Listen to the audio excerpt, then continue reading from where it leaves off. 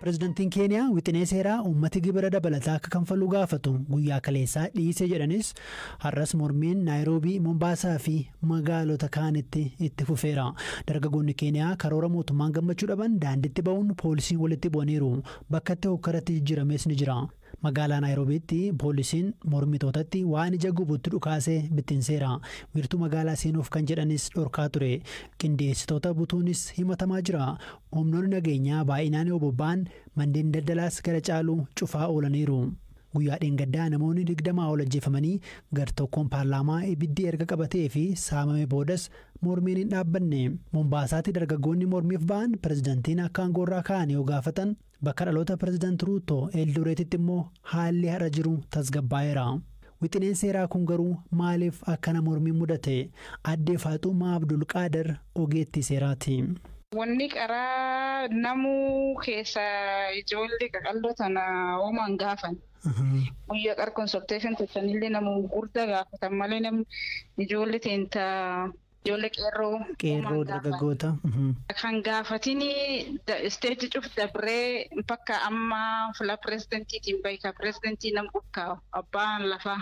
Artiin baay'inaan ijoolleen nu yadinnee qara dinnee namni nu dhagaan jiru ettee istiriitii gabbaat karaa gabbaat. Karaa gabbaat kaan haadhanii balleessanii keessallee ijjeessan. Tokkoon lamaan dootitu nama hedduu jedhanii exact namba namee hin jiru. Ammoo duruu fi 20 jirti. Wanni warri gabbaa'ee biil kan dideef duuba taksii namatti daran.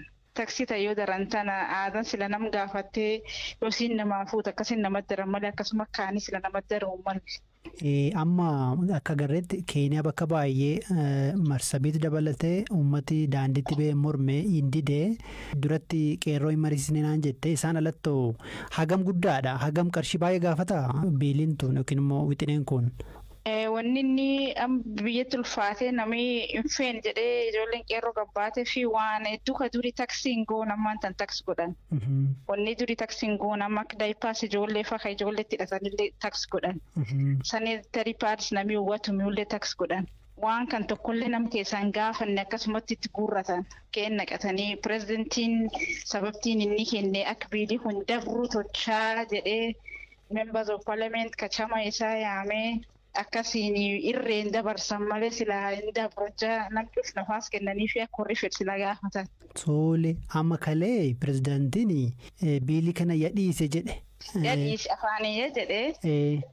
Ammoo aadaa keessan fulaan inni itti dhiistinuu fula aadaatiin yoo sila dhiisuu fedhe guyyuun qaraatu kan namni dideedha akkasi dhiisuu malee. Hojja biilii kun yoo inni taa'ee bultii 14 yoo inni taa'ee aadaa lafa ta'a. Seera ta'a.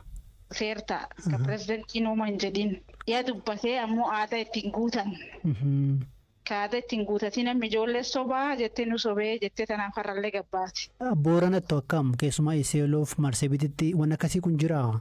In jira demonstreeshiniin Isiyoolollee hin jiran tokko uummisanii akka malee Isiyooloo Marsabit ammoo namni uummataan jiru ammoo ijoolleen demonstreeshin gabbaatee namni waanleen namni xixiqqaan namni.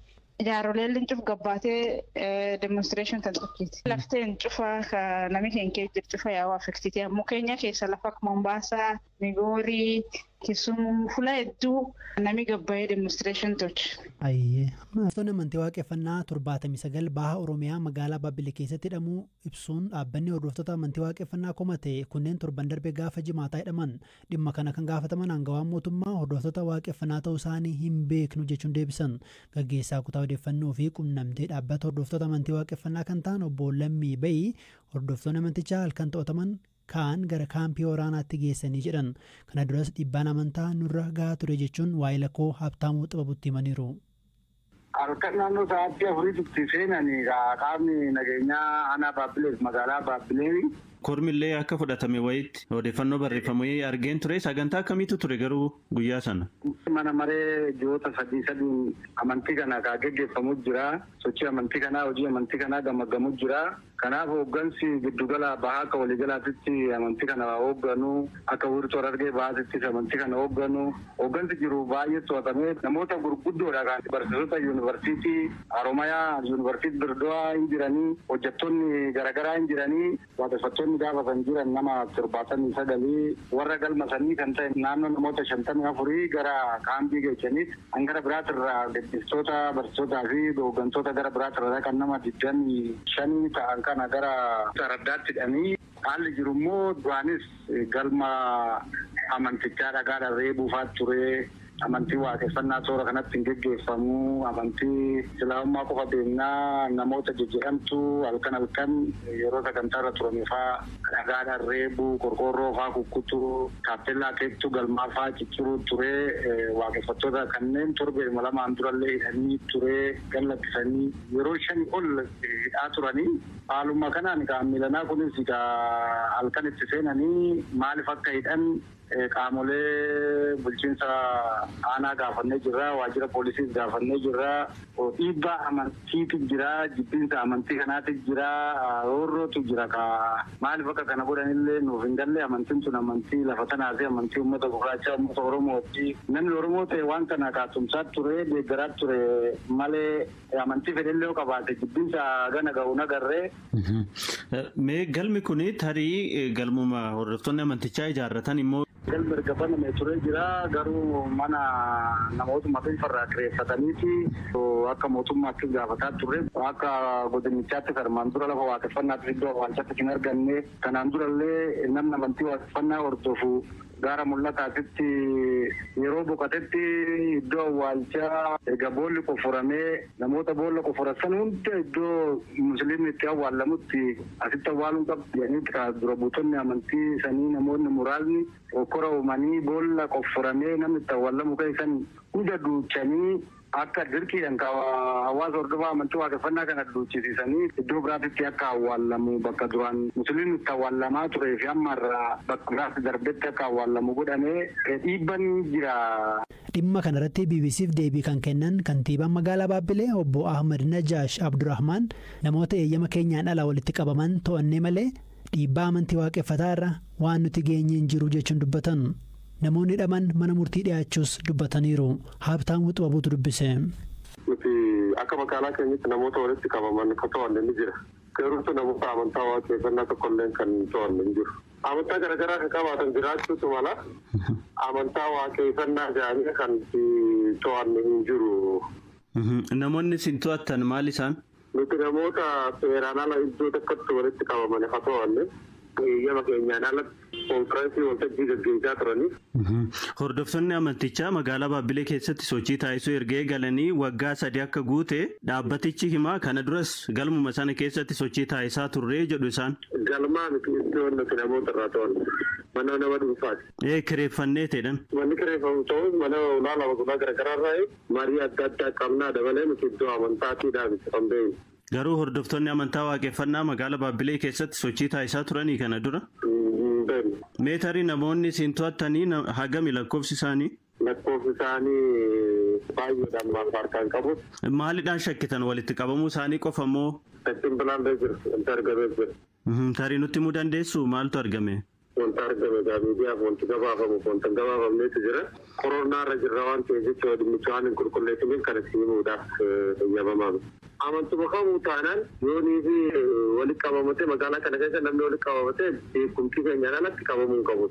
Namoonni kun iddoo garaagaraa irraa dhufanii namoota magaalaa kana keessa jiraatanii. Kireeffachuu hin danda'anii mana jireenyaa hordoftoonni amantaa tokko iddoo baay'eetti akkas godhamu waan ta'eef. Mirga sirriitti danda'an malee. Garuutu mana amantaadhaan waan kiraa'ee bitan nama dhuunfaatiif kireeffamu. Warri hooggansi amantichaa as magaalaa Finfinnee jiranii keessattuu godina Harargee bahaa akkasumas immoo magaalaa keessan keessatti hordoftoota amantaa biraatiin akkasumas qaamolee mootummaatiin dhiibbaan nurratti taasifamaa jira komii jedhu qabu. Waggaa 8tti manaa ba'e eegasii magaalota garaagaraa deemuun kadhatee jiraate araada adda addaa fi saaxilame jiruu fi rakkinni garuu isa cimsanii gaaf tokko Adaamaa keessa osoo nyaata kadhatuuf jedhu dubartiin tokko waan isa jettee garuu qalbii isaa jijjiiree ture. Yeroo ammaa mana cuunfaa banee namoota 10 ol qacaree hojjechiisa. Dubartiin sun maal isa jettee seenaa isaa akkana nutti hima. Waggaa dheeraadhaaf xiqqeenyatti bahee faamilii kiyyarraa magaalaa keessa socho'ee barandaadhaa fi godaanaa ijoollee maastishee harkistanii walitti makamee isaanumaa waliin karaa irratti guddadhee har'aas gahee kaafnu alhamdulillah. Adaamaa keessa xiqqaatee waggaa 4 maastishii harkisuu ture.